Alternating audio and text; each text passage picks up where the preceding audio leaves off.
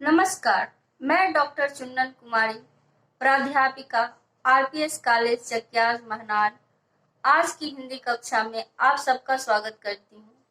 मैं intermediate Bihar board 12वीं की कक्षा 100 नंबर हिंदी से संबंधित वस्तुनिष्ठ यानी ऑब्जेक्टिव प्रश्नोत्तर पर चर्चा करूंगी।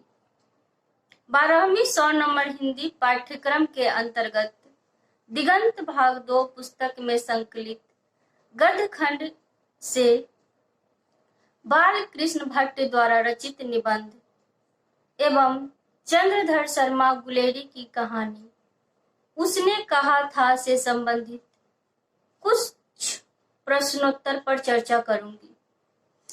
अगर अभी तक आपने इस चैनल को सब्सक्राइब नहीं किया है तो आप इसे लाइक, शेयर और सब्सक्राइब जरूर करें।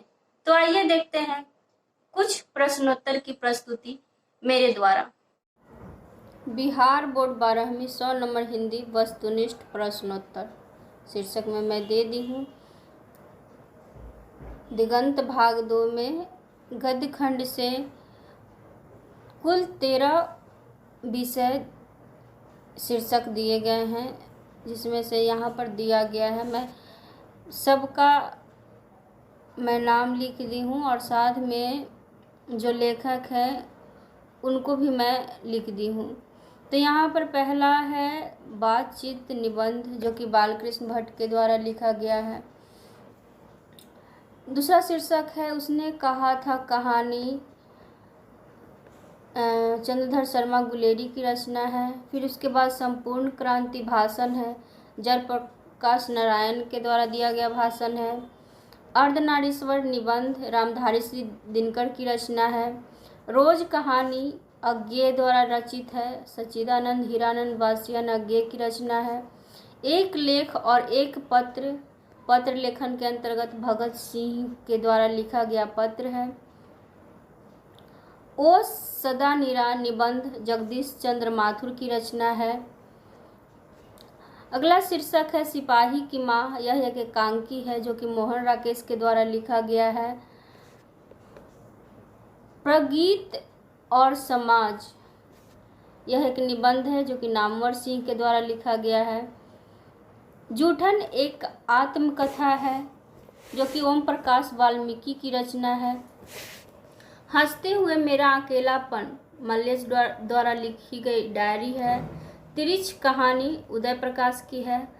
शिक्षा और संभाषण जे कृष्ण मूर्ति की रचना है। तो आगे की कक्षा में इन सभी शीर्षकों से संबंधित मैं प्रश्नोत्तरी तैयार करके आप लोगों को समक्ष प्रस्तुत करूंगी। आज की कक्षा में मैं चूँकि पहले ही बता दी हूँ कि मैं बालकृष्ण भट्ट की बातचीत निबंध बालकृष्ण भट्ट की रचना है। तो आइए देखते हैं बालकृष्ण भट्ट का जीवन परिचय। उनका जन्म 23 जून 1844 ईस्वी को हुआ था।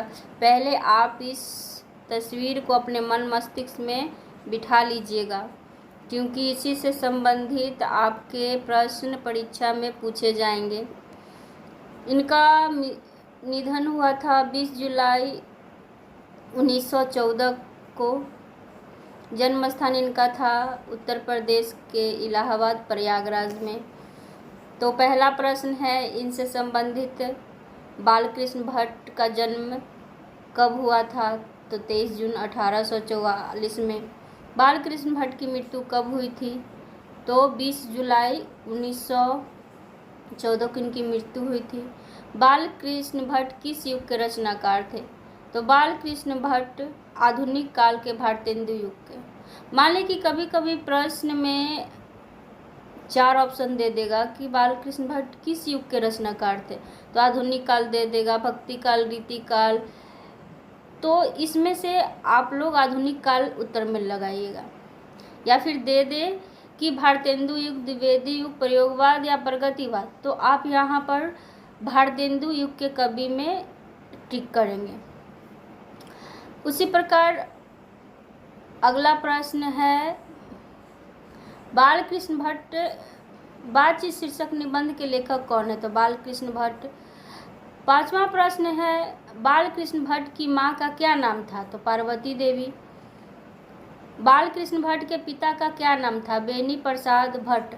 चूँकि मैं इनका जीवन परिचय पढ़ाई हूँ तो इनके विषय में मैं चर्चा की थी बहुत ही विस्तार से, लेकिन परीक्षा में किस तरह के प्रश्न पूछे जाएंगे इसलिए मैं इस तरह के प्रश्नोत्तरी तैयार की हूँ ताकि आप लोगों को कोई दिक्कत ना हो।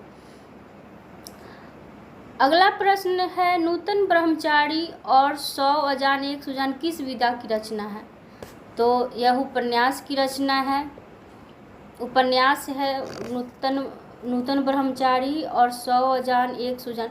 चूँकि उनके कई उपन्यास हैं जिसमें उनकी रचनाएं मैं पढ़ाई थी, उस दौरान मैं चर्चा की थी उनकी सभी रचनाओं की। हिंदी शब्दकोश के संपादक कौन थे? तो बालकृष्ण। यहाँ पर टाइपिंग मिस्टेक हो गया है, यहाँ पर हिंदी है। हिंदी शब्दकोश के संपादक थे बालकृष्ण भट्ट। बालकृष्ण भट्ट इलाहाबाद उत्तर प्रदेश के रहने वाले थे। बातचीत के माध्यम से बालकृष्ण भट्ट क्या बतलाना चाहते हैं? यहाँ पर थोड़ा सा टाइपिंग मिस्टेक हो गया है, यहाँ पर होगा क्या बतलाना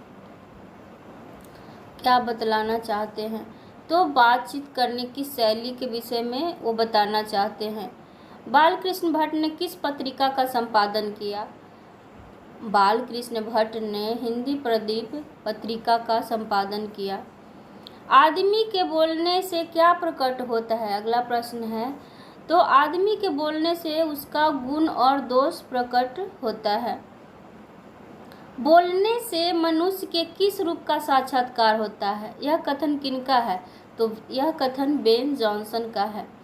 अगला प्रश्न है, मनुष्य में क्या नहीं होता तो यह सृष्टि गूंगी प्रतीत होती? तो मनुष्य में वाक शक्ति नहीं होती तो यह सृष्टि गूंगी प्रतीत होती। संवाद में सबसे महत्वपूर्ण क्या होता है? तो संवाद में सबसे महत्वपूर्ण आत्मीयता होता है। रेल का विकट खेल किसकी रचना है? रेल का विकट खेल बालकृष्ण भट्ट की रचना है। अगला प्रश्न है, रामचंद्र शुक्ल ने किसे अंग्रेजी साहित्य के एडिशन और स्टील के श्रेणी में रखा है? तो एडिशन और स्टील की श्रेणी में बालकृष्ण भट्ट को आचार्य रामचंद्र शुक्ल ने रखा है। हिंदी प्रदीप मासिक पत्रिका का प्रकाशन काल कब है? यानी कि कब से हिंदी प्रदीप पत्रिका का प्रकाशन होने लगा? तो 1877 से हिंदी प्रदीप का प्रकाशन काल है। असल बातचीत सिर्फ 2 व्यक्तियों में हो सकती है, यह कथन किसका है? तो यह कथन एडिसन का है। अगला प्रश्न है, बातचीत से मन किस प्रकार का हो जाता है? तो बातचीत करने से आदमी का मन हल्का और स्वच्छ हो जाता है। यहाँ पर दिया हुआ है हल्का और स्वच्छ हो जाता है। अगला प्रश्न है, आर्ट ऑफ कन्वर्सेशन कहाँ के लोगों में सर्वाधिक प्रचलित है? तो आर्ट ऑफ कन्वर्सेशन यूरोप के लोगों में सर्वाधिक प्रचलित है। अगला शीर्षक है, उसने कहा था कहानी। चंद्रधर शर्मा गुलेरी की रचना है। चंद्रधर शर्मा गुलेरी की तस्वीर मैं लगा दी हूँ, आप लोग ध्यान से देख लीजिए। इनका जन्म हुआ था 7 जुलाई 1883 ईस्वी में और निधन हुआ था 12 सितंबर 1922 ईस्वी को। जन्म स्थान इनका जयपुर राजस्थान है।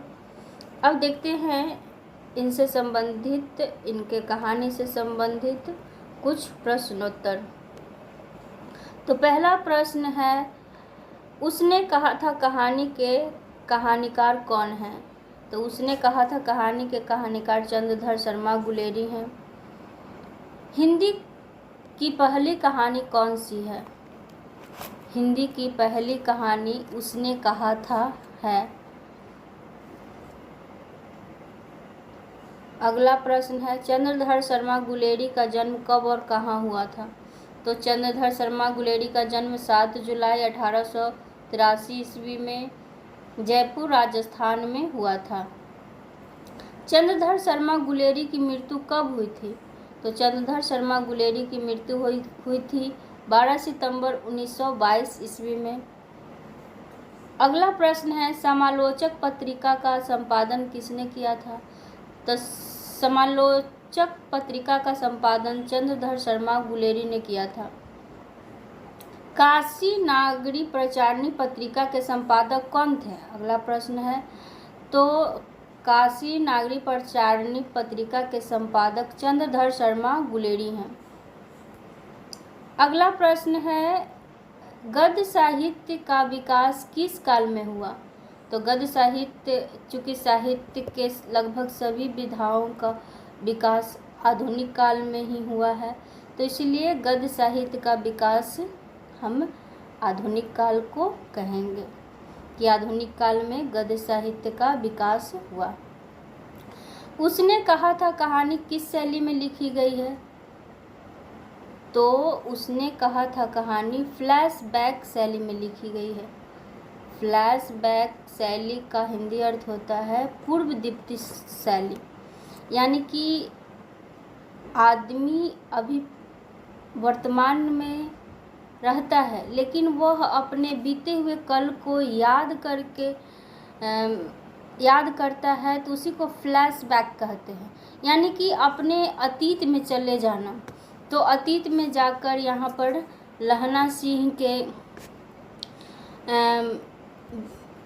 कहानी इसमें कही गई है कि लहना फ्लैशबैक में जाकर वो क्या सोचता है, क्या उसके साथ घटनाएं घटित हुई थी, यही इस कहानी में है। अगला प्रश्न है चंद्रधर शर्मा गुलेरी ने कुल कितनी कहानियाँ लिखी हैं। चंद्रधर शर्मा गुलेरी ने कुल कितनी कहानियाँ लिखी हैं। तो चंद्रधर शर्मा कुल 3 ही कहानियों की रचना की है और यही 3 कहानियों के बल पर वे साहित्य जगत में अमर है। उनकी सबसे प्रसिद्ध प्रथम मतलब हिंदी साहित्य का प्रथम कहानी माना जाता है, वो है उसने कहा था। कुल 3 कहानी उनका है सुखमय जीवन, बुद्धू का कांटा और उसने कहा था। उसने कहा था कहानी में किस शहर का चित्रण है।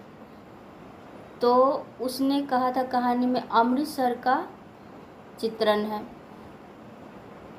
लहना सिंह के गांव का क्या नाम था। तो लहना सिंह के गांव का नाम मांझे था।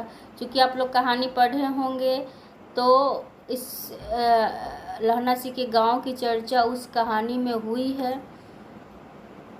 अगला प्रश्न है लहना सिंह किस पद पर था। तो लहना